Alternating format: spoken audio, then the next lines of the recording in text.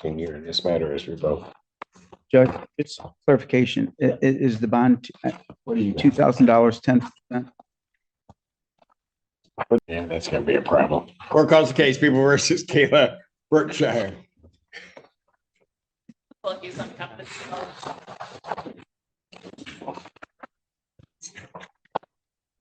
Good morning, Rob Jacob on behalf of Ms. Brookshire.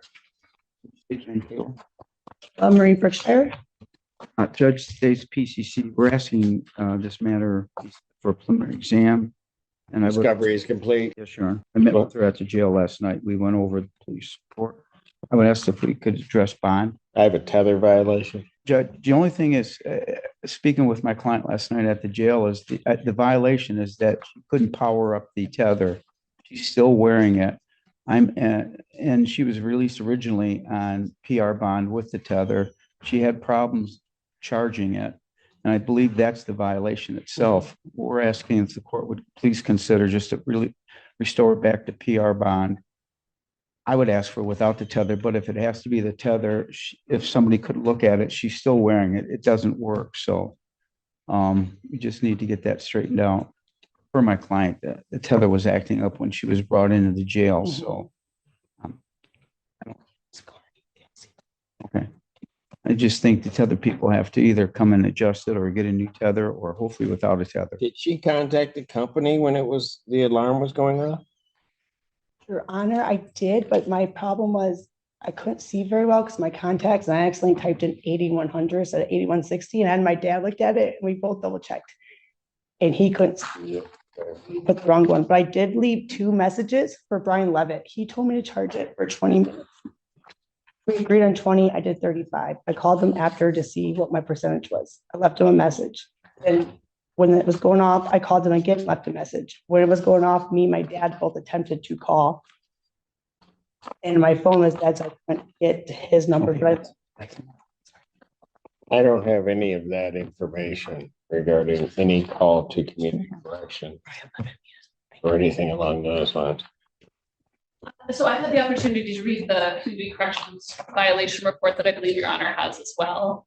And that's not what's reflected in community corrections violation. I don't, hang on. I have the sheriff's office report. I have a bond violation of community correction. I do not have that. Which I don't have. I don't know what it says, Your Honor, but I'm just asking if the court would please consider a lot. Well, I got to figure out. Mr. Levitt, and I can provide the court. Do you want me to email this over? Yes, when you get a chance, that'd be great. Yes, Mr. Levitt gave her very specific instructions. She was advised to charge it immediately after leaving corrections, and she was told to, I'm still speaking, she was told to charge it for 2 hours. Mr. Levitt is the person that had to make contact with her while he was sending, he got an alert that the device had low battery. He attempted to contact her on the number that she provided him. That was unsuccessful. He started sending alarms and sirens repeatedly to the advice. Finally, the defendant, finally, I should say, is, I'm really bad at math, 6 hours later, the defendant calls from a different phone number. He goes over the instructions with her again and says, I instructed them to charge it for 2 hours. She said she could not charge it for 2 hours. I told her it was her responsibility to keep the device charged and that it was critically low. And that's, excuse me, if it gets critically low, this will be contacted. They acknowledged this and the phone call ended. They then only charged it for 35 minutes. So she was given very clear directions on what to do. That was from June 10th, the first time it being low at 1 a.m. Then June 10th, 7:47 p.m., we received another low battery alert for the defendant. All attempts to reach the defendant were unsuccessful. At 7:48 p.m., Washington County Dispatch was contacted, advised of the violation, and was asked to have an officer respond and take the defendant into custody. Contacted by Deputy Mace, who was on scene with the defendant. They were claiming they had been trying to charge the device and were unable. Deputy Mace was told they needed to be arrested on the violation. The defendant had only charged for a total of 45 minutes in the last 5 days. At Ooh, 9:05 p.m., the defendant was tracking at the Washington County Jail. So the device is working. In addition to this, my office just charged her with stalking in a What? separate case. In addition to this, my office requested a $10,000 cash surety bond at the time of charging this case. This case being today's case, we requested the $10,000 cash surety on putting sheets before Your Honor. Mr. Kilwald? I'm keeping the same argument, Your Honor. I'm asking. Okay, motion for bond reduction is denied. Bond will continue. This matter is revoked. Judge, it's clarification. Is the bond What do you, $2,000, 10%? what do you have this on? No. I have 10% on this case. And if she's released, it's on tether? It's on tether. She'll have the same conditions. Okay. What? Oh, no, she is not gonna sit there and mouth me. Her bond now is 25,000, Really? 10%. Yeah, really? You want to keep going? I didn't think so. Have a good day. Court calls case, People versus, is it Hazel Jacobs? Assistant Public Defender on behalf of Hazel Jacobs, who approaches. Take your name. Mr. Jacobs. Thank you. Your Honor, Yes. I'm so sorry. Just looking for my notes on this one.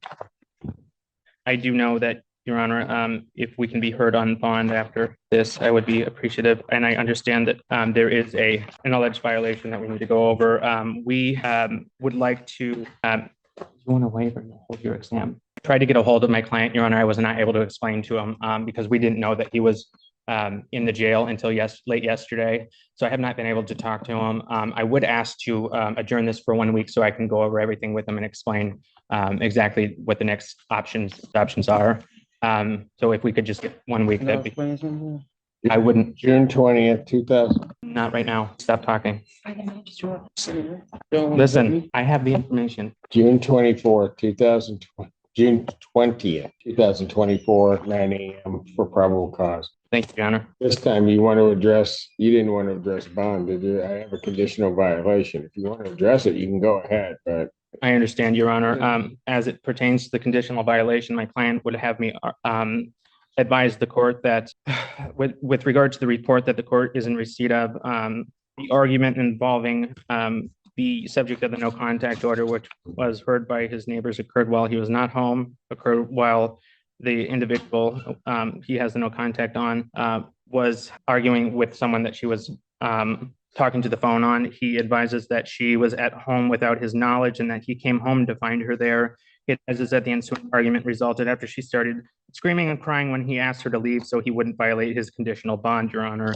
Additionally, he advises that he has orientation for a new job next week and he will be unable to gain an income used to support his father and child if he loses that new job, which will happen if he does not attend that orientation. So he would be asking for a release based on the information that the court's in receipt of. response from the people.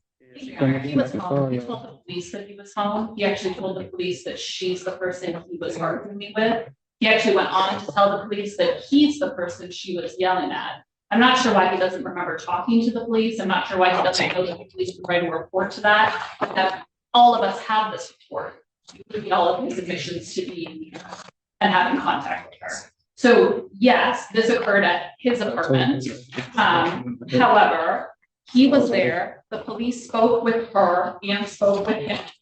And the police arrested him for having contact with her. And that's when he went on to admit to him then that he was in an argument with her, that she was screaming at him, and he acknowledged the no contact order with her.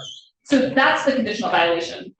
The other reason that Your Honor should continue the defendant's bond as it currently is ordered is because when my office charged this case, we requested 25,000 cash surety on this, and we're not given that information. This is a case where the defendant is charged with strangulation. It reported to the police. The defendant was punching her in the face, got on top of her, while she was laying on her back on the bed. The defendant was on top of her, pinning her arms on the bed and using his other hand to choke her. She told the police officer that he squeezed her throat with his hand and then started using the blade of his forearm, so it's the bone there, to apply pressure to her throat. She said she punched him in the face in an attempt to get him off of her, and that she felt that she was being choked for approximately 30 seconds until she struggled to breathe. The police noted in their report that the victim's throat was covered in scratch marks and light red bruising. She indicated she did not lose consciousness, but she had to fight him off of her on her bed. And then the defendant, while she was trying to fight him off of her, the defendant went on to bite her right shoulder. The police officer wrote in the report, "I observed what appeared to be an obvious bite mark on her shoulder, visible teeth marks and bruising." It goes on. The victim continues to report that even after that, punching her in the head, the officer does a great job of, as she's reporting what occurred to her, keep that in his next statement. He goes on to report what he observed. He says, "I observed raised bruises or goose eggs on the side and back of her head." And it continues. So, Your Honor, we requested $25,000 just based on the facts of this case alone, as well as the danger the defendant presents to not only this victim but the community. But then he goes on to have contact with her, make admissions to the police, and come before Your Honor and try to tell us a different story. So I'm asking that Your Honor not reduce bond in any way this time. Thank you. Your Honor, may I respond to that? No. Your Honor, as it pertains to the allegations of the alleged crime here, a determination was made by the magistrate as to his release. He was out. We don't deny, as it pertains to the allegations on the bond violation, that any of that happened, other than the fact that he arrived home from a haircut and she was there and he tried to get her to leave, so that he wasn't in violation of that bond condition. He advises that he has a tether. He's willing to do home confinement. We just would ask for consideration and his release. No, he was brought in on the conditional bond violation. It was not arraigned before the magistrate on the conditional bond release. I'm sorry. I didn't mean to cut you off. I'll stop talking. Go ahead. What were you going to? I was just, with regard to the original charges, Your Honor, not the bond violation. Right. Okay.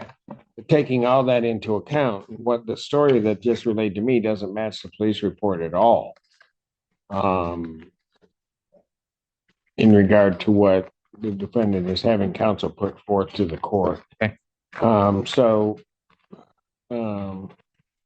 Because of the conditional bond violation, taking that into account with the allegations, at least as it regards this particular case, the court's going to set the defendant's bond in the amount of $50,000 cash surety. And we'll see him next week. Thank you, Your Honor. Mr. Ganatra, please. Good morning, Your Honor. Mr. Knapp, Senior Assistant Prosecuting Attorney on behalf of the people. Your Honor, at this time, the people move to create a conflict between this honorable court, the Office of the Public Defender. The prosecutor's office does not believe a conflict exists, but if there is one present, we waive all the cases today between my office and the Public Defender's office before this honorable court. Thank you. Thank you, sir. Mr. Brown. Good morning, Your Honor. Good morning. Gordon Brown, Deputy Chief Public Defender, appearing. Your Honor, we likewise do not believe that any conflicts exist in this honorable court hearing these matters. If a conflict were to arise, we waive that conflict so that this honorable court could hear these matters. Thank you, Mr. Brown. Court, for its part, also does not believe there's a conflict either in court rules or the cases to set they're under. To the extent a conflict does exist, given the waivers, the court will consent to hear the matter. Court does call the case People of the State of Michigan versus Maurice Anthony. Mr. Ganatra, on behalf of the people. Good morning, Your Honor. Assistant Public Defender Davi Liba on behalf of Mr. Anthony. Mr. Anthony, could you state your name, sir? Maurice Anthony. Thank you, sir. What are we doing? Your Honor, today we'll be requesting an adjournment in order to review discovery with Mr. Anthony. Where are you located? You're in Livingston. Yes. Preliminary exam. How long do you, Mr. Anthony, how long are you going to be in there? Do you know? Just to tomorrow. Just till tomorrow? Okay. Then what I'll do is I'll set it out to the 2nd. PCC, Your Honor. Yes, for PCC. I'm sorry, not a preliminary examination. Probable cause, July 2nd. 2024, 9 a.m. or as your invite indicates, bond continues. Thank you, Your Honor. Thank you. Thank you, sir. Court does call the case People versus Mark Austin. Image Ganatra for the people. 3 cases. The Public Defender Hannah Apple appearing on behalf of Mr. Austin. Mr. Austin, can you state your name, please? Mark Austin. Thank you. Your Honor, my understanding is that he still remains incompetent. We did not receive a report regarding an update, so we would ask for an adjournment. I do have a copy of the report. Does the court have a copy in its file? The June 10th report? The report is dated June 10th, sir. Yes, sir. Okay. I can hand a copy to Miss Apple. Thank you. I'll actually give it to her because I have an electronic copy. But the people don't have any objections to the adjournment request, but we also agree with the findings of the report. They believe that I'm just giving the thumbnail for Miss Apple's benefit. All right, but you're not looking to have that happen today. Correct. All right. One other issue, and I'm not sure what we do with this because he's incompetent at this point, or at least been determined to be that. He also has an arraignment on a knee charge. Okay. That's also assault on a prison employee. Yes. Your Honor, I have no objection to adjourning that if that's what counsel wants. All right. So the competency hearing, I'll adjourn. How long did you want? Your Honor, 90 days. That's too long. What are you trying to accomplish within the 90 days, I guess? Are you? I haven't had a doing chance to IME? review the report, but if, Are you looking to make an assessment on an IME? oh, understand. Your Honor, just 2 weeks so that we can review that. Oh, Thank you. Sorry, I was misunderstood. Thank you.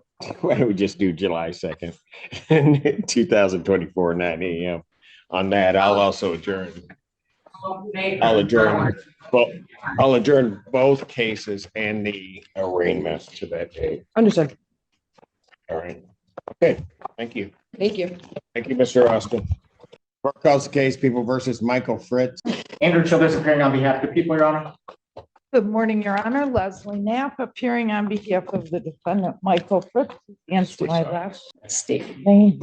Michael Fritz. He's waiving preliminary examination. We are, Your Honor. I have explained to Mr. Fritz his absolute right to a preliminary exam, and at this time he wishes to waive it. All right, Mr. Fritz, you understand that would be a hearing where the people would have to show by probable cause that the offense alleged was committed and that you committed it. Yes, Your Honor. And you understand you'll not have that hearing. You'll proceed to circuit court for further resolution. Yes, Your Honor.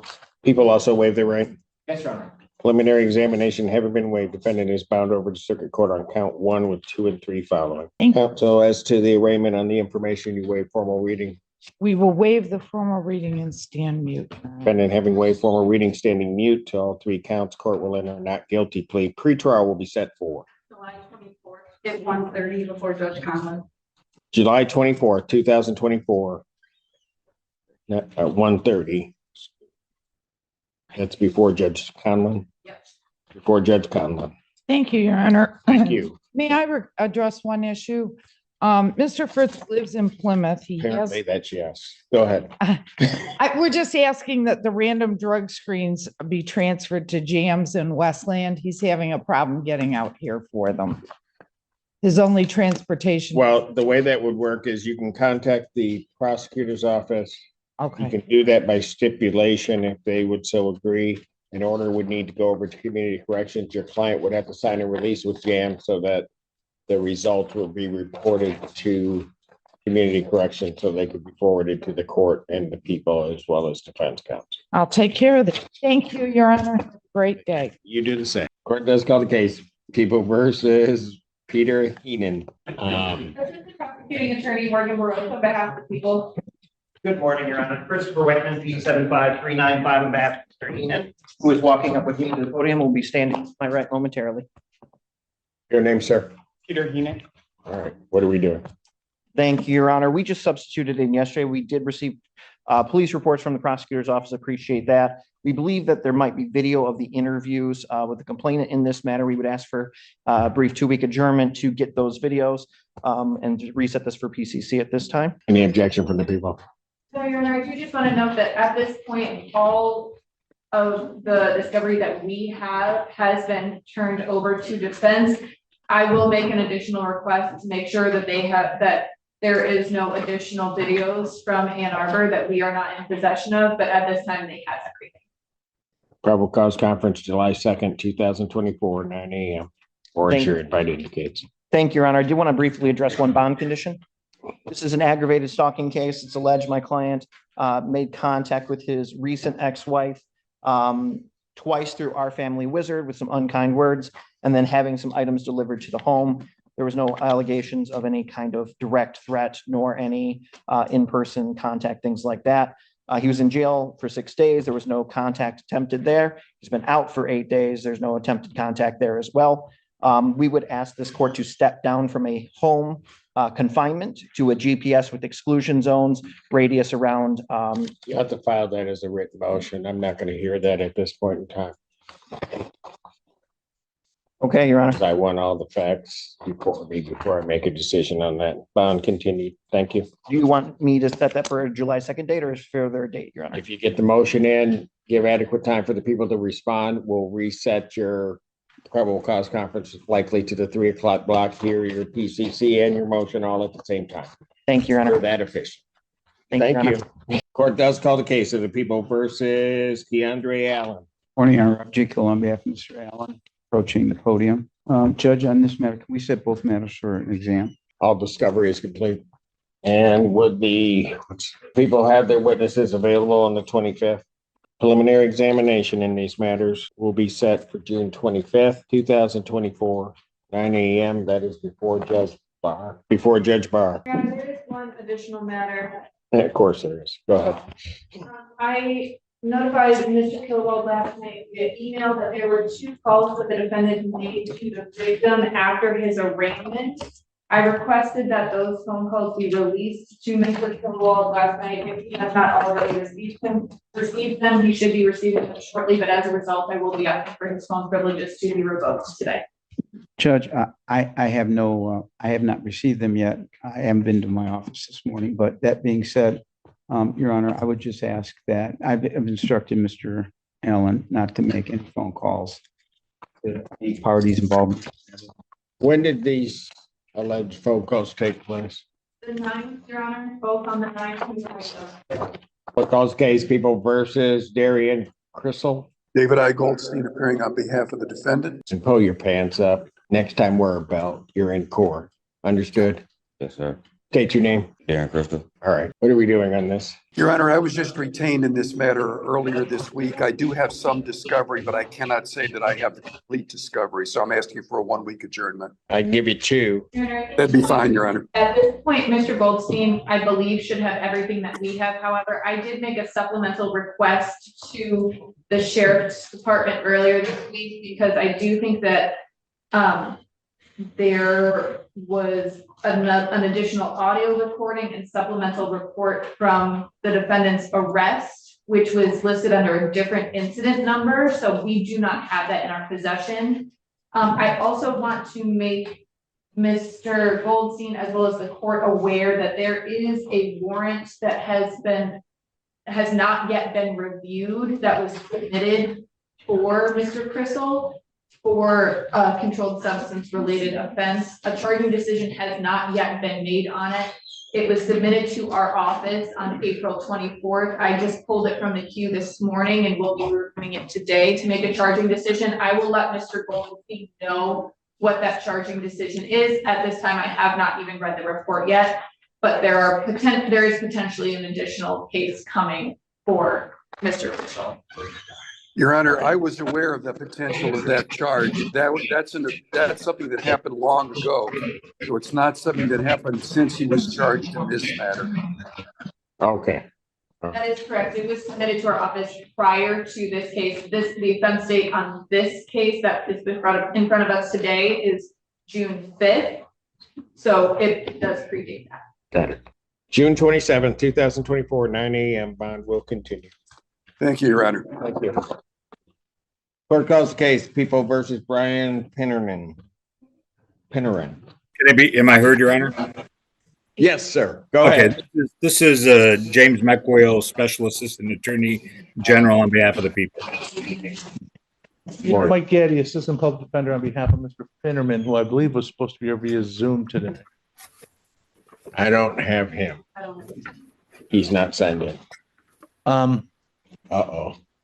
Your Honor, I'd asked, I spoke to him Tuesday evening. We submitted the Zoom request. My office contacted him. He said he had the Zoom permission. I don't know if there's some mix-up. I'd ask the court for a potential, perhaps a show cause or to pass this matter to see if I can reach him on the phone. No.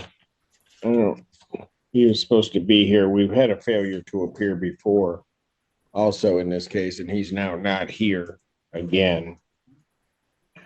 How much child support is owing? This matter, Your Honor, a little over $8,500. Bench warrant will issue for defendant's failure to appear. Bond will be set in the amount of $8,500 cash. That warrant will issue immediately. Thank you, Your Honor. Thank you. Your Honor, does the court prepare its own bench warrants, or do you want us to do it? We take care of that. All right, thank you. Calls the case, People versus Israel Crane. Read in this matter. Warren Brown, Deputy Chief Public Defender, have been with and on behalf of Mr. Israel Crane. Mr. Crane, state your name for the record. Israel Crane. Thank you. Your Honor, today is the date and time set for the probable cause conference. We are respectfully requesting that this matter be set for preliminary examination. Discovery is all complete. The best of our knowledge. All right. People would have their witnesses available the 25th. Preliminary examination in person, June 25th, 2024, 9 a.m. That is before Judge Washington. I do just have one thing I would like to address with the court. Yes. So Mr. Crane was in Michigan because he requested to be supervised while being out for his conviction for armed robbery and FA out of Virginia. Agent Bennett, who I believe is supervising his release here in Michigan, notified our office this morning that he believes that the defendant is having contact with the victim through his mother. I do want to note that I don't see I was not able to find any jail calls to the victim directly from Mr. Crane, but I am concerned based off of the need that Agent Bennett felt the need to notify us of this. I have not had an opportunity to have a discussion with Agent Bennett with regard to this allegation or what the basis for it is, but I am concerned. I have not had an agent feel the need to contact our office to notify me of indirect contact on an issue. Okay, but are there then phone calls that would even remotely substantiate that, like phone calls to his mother? Yeah. But the content of those particular phone calls, we don't know. I have not. Mr. Brown, I'm not sure what they're. I think they're asking for his phone privileges to be revoked, but they haven't said that he's had any contact. They haven't shown that he's directed anyone to do anything. We don't even know the extent of his mother's relationship with the complaining witness in this case. Without those facts, they're not asking for anything. They're just putting that out. Here's what I'll do.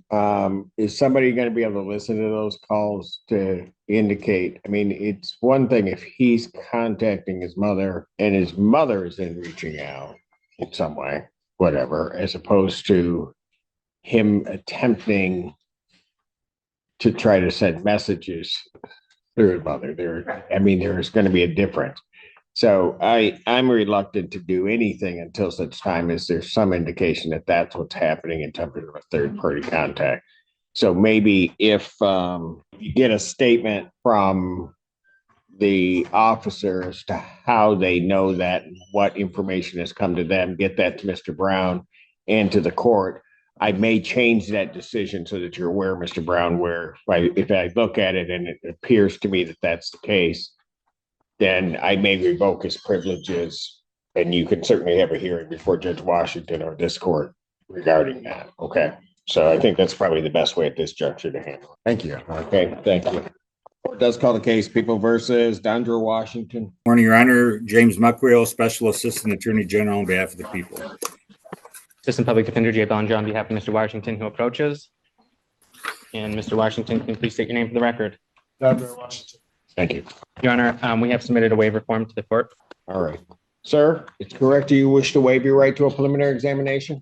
Excuse me? You want to waive your right to a preliminary examination? Yes, sir. You understand a preliminary examination is a proceeding where the people would have to show by probable cause that the offense alleged was committed and that you committed it. Yes, sir. You understand you'll not have that hearing. You'll proceed to circuit court for further resolution. You understand that? Yes, sir. People also waive the right. We do, Your Honor. Preliminary examination having been waived, defendant is bound over to circuit court on a single count. Thank you. Your Honor, we acknowledge receipt of information. We have a formal reading, stand mute at this time. Defendant every way formal reading, standing mute. Court will enter a not guilty plea. Pretrial will be set for July 23rd at 1:30 before Judge Conkey. July 23rd, 2024, 1:30, Judge Conkey. Thank you, Your Honor. Bond continued. Thank you, Your Honor. Thank you. Thank you. Court calls the case People versus Daniel Franklin. Andrew Childers appearing on behalf of the people, Your Honor. Morning, Your Honor. Oh, boy. He's back. Requesting practice pursuant to Michigan Court Rule 8.120 under the supervision of Assistant Public Defender Hannah Apple, representing Daniel Franklin. All right. Permission to practice this grant. Good morning, Your Honor. Wendy Barnwell, P42505, representing Mr. Franklin on the charge from March of 2024. The homicide. Yes. Well, the other homicide. Yes. Go ahead. All right. State your name for the record. Daniel Franklin. All right. What are we doing? I would like to ask for an adjournment in this case for further investigation and to investigate a potential conflict. Ms. Barnwell, what are you intending on doing in your case? I believe it's a completely unrelated case coming from a prior year, 2022. I do have paper discovery, and I just downloaded 3 out of 5 electronic discovery that were sent to me recently, Judge. I would need time for that also. We're asking for a preliminary examination, but I do need time to prepare. And discovery is not complete. So Yeah. I mean, and furthermore, it wouldn't, and I guess this would, I would expect the public defender's office is going to withdraw, judging by my review of the police reports and the number of individuals involved in the older homicide. My question to the court, and you may not know the answer, in the event the PD withdraws, would the second homicide go to Ms. Barnhart, or could that potentially go to a different? I don't know that, but it may very well, since the court's not involved in that decision, it may very well go to another attorney. Okay, I was just asking. Yeah. I think they try to do what makes sense, but I don't know what would make sense in this point. All right. How much time did you need? Either one of you. I need 3 to 4 weeks. All right. That sounds good. You don't know, do you? No, never mind. All right. Probable cause conference, then I'm going to adjourn. Ms. Barnwell, I'm not going to set a preliminary examination until discovery is all complete and everybody's had a chance to look at it, make sure that's the direction you want to head. So I'll adjourn the probable cause conference to the 11th of July. I didn't hear you, Judge. July 11th. Thank you, Your Honor. All right. That's a good day, Judge. July 11th, 2024, 9 a.m. Bond continued as to 9. Court does call the case People versus Adelia Leslie. Commissioner for the people. This is Mr. Overwaters. Assistant Public Defender Hannah Apple appearing on behalf of Miss Leslie. Miss Leslie, will you please state your name for the record? Adelia Janine Leslie. Thank you, ma'am. Your Honor, we were unable to meet with Miss Leslie. We would ask for a brief adjournment. We could schedule a visit. How long is that going to take you to try to set something up with her? Your Honor, we will make it happen before the next date, 2 weeks. That comes up on the 4th of July, is that right?